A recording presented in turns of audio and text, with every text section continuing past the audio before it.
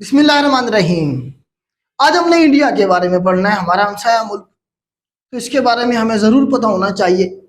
India का आपको बेटा सामने मैप नज़र आ रहा होगा। ये सारा मैप हमारे पास क्या है, ये सारे का सारा जो मैप है हमारे पास, ये मैं अगेन इसे अंडरलाइन कर देता हूँ। जो रेड कलर से मैंने लाइन लगाई है, ये सारे का सारा हमारे पास क्या है बेटा, ये आज का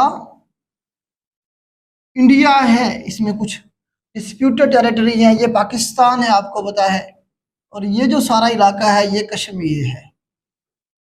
ये हमारे पास कश्मीर है, ये सारा हमारे पास इंडिया। इंडिया का कैपिटल आपको पता है दिल्ली है, हमारे पास दिल्ली सरकार है जी। इंडिया का जो कैपिटल है वो हमारे पास दिल्ली है। वैसे यहाँ पे ये जो कंट्री नजर आ रहे हैं आपको, ये नेपाल है, और ये जो है ये भूटान है। ये भूटान ऊपर, ये सारा चाइना है, ये सारा हमारे पास चाइना है। ये जो जगह मैंने छोड़ दी है ये वाली, ये सारा बांग्लादेश है। मतलब ये जरा हमसाया मुल्क देख लें इंडिया को कौन कौन से लगते हैं। तो ईस्ट में बांग्लादेश लगता है, ये म्यांमार है, बर्मा जिसे हम कहते हैं, बर्मा। म्यांमार भी इंडिया के साथ बॉर्डर शेयर करता है। ऊपर चाइना है, यहाँ पे नेपाल भूटान है, और इसके इंडिया की वेस्टर्न साइड में हमारे पास क्या है, पाकिस्तान है। वेस्टर्न साइड में हमारे पास सारा क्या है बेटा, पाकिस्तान है। तो इसका जरा बॉर्डर देखें कि इंडिया का और पाकिस्तान का ये वाला जो बॉर्डर, इंटरनेशनल बॉर्डर कहते हैं इसे हम। तो इसे हम क्या कहते हैं बेटा, रेड क्लिफ लाइन कहते हैं। रेड क्लिफ लाइन क्या है जी, इंटरनेशनल बॉर्डर है पाकिस्तान और इंडिया के दरमियान में। फिर इस कश्मीर के अंदर भी कुछ कश्मीर उनके पास है, कुछ हमारे पास है। तो ये पाकिस्तानी कश्मीर है और ये इंडियन कश्मीर है। तो इसके दरमियान में जो लाइन है, जो बॉर्डर है, उसका क्या नाम है, उसका नाम LOC है, line of control. Pakistani Kashmir और इंडियन कश्मीर के दरमियान में जो बॉर्डर है उसका क्या नाम है, line of control, LOC। Delhi बेटा इनका कैपिटल है, दिल्ली इनका कैपिटल है। प्राइम मिनिस्टर जो आजकल है वो नरेंद्र मोदी साहब है।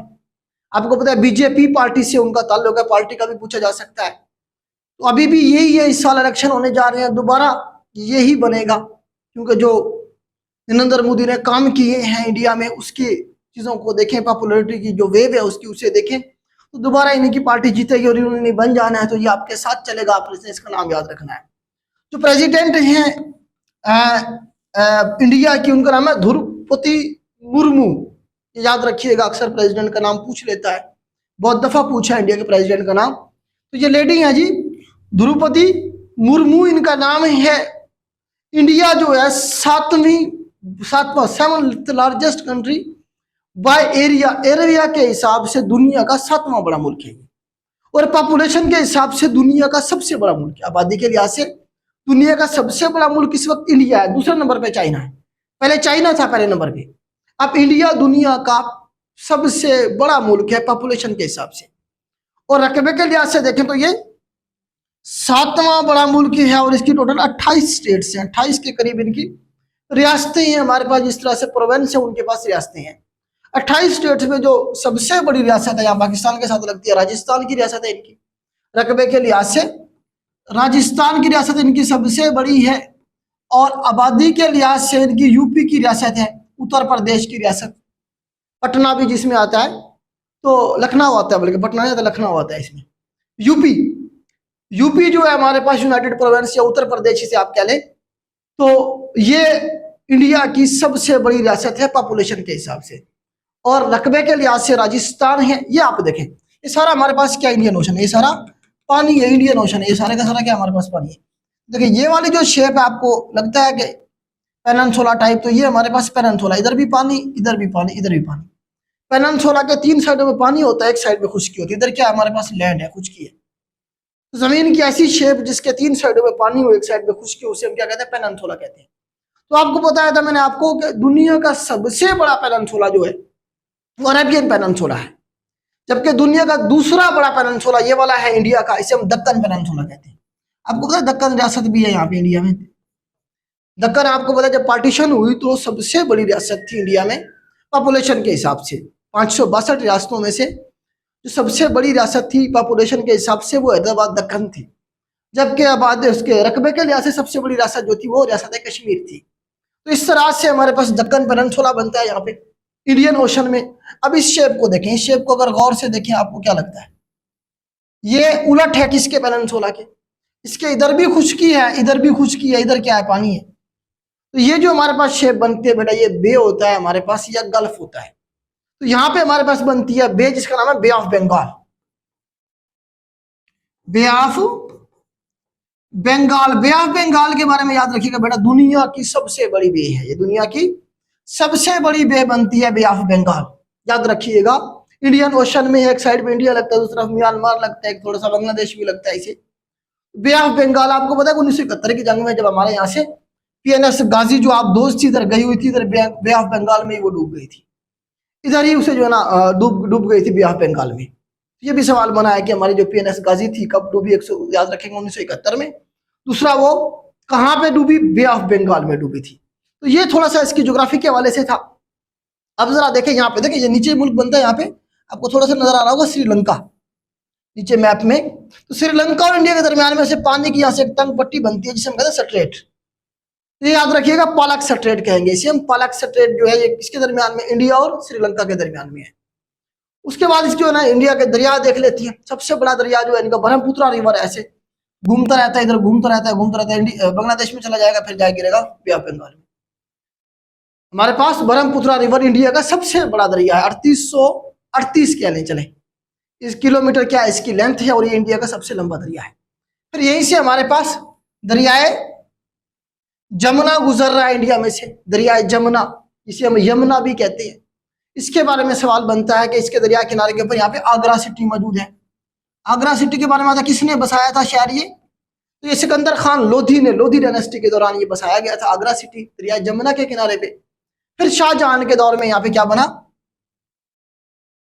शाहजहां के दौर में यहाँ पे आगरा के अंदर क्या बनाया गया बेटा, ताजमहल बनाया गया। तो ताजमहल किधर है, आगरा में है। ताजमहल कौन से दरिया के किनारे पे है, दरिया जमुना के किनारे पे, यमुना के किनारे पे है।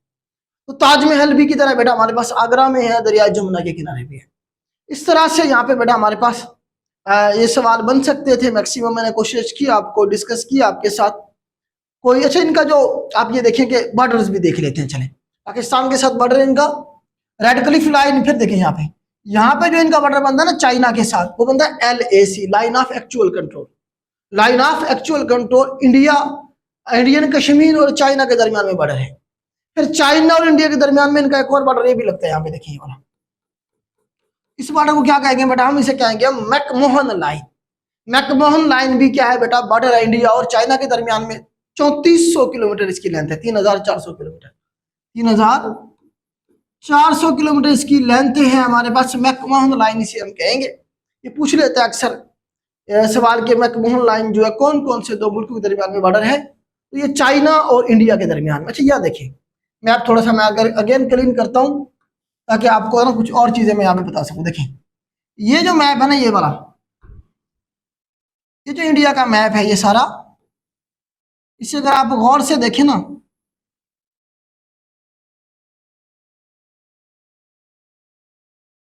ये सारा हमारे पास कश्मीर है, ये पाकिस्तान है।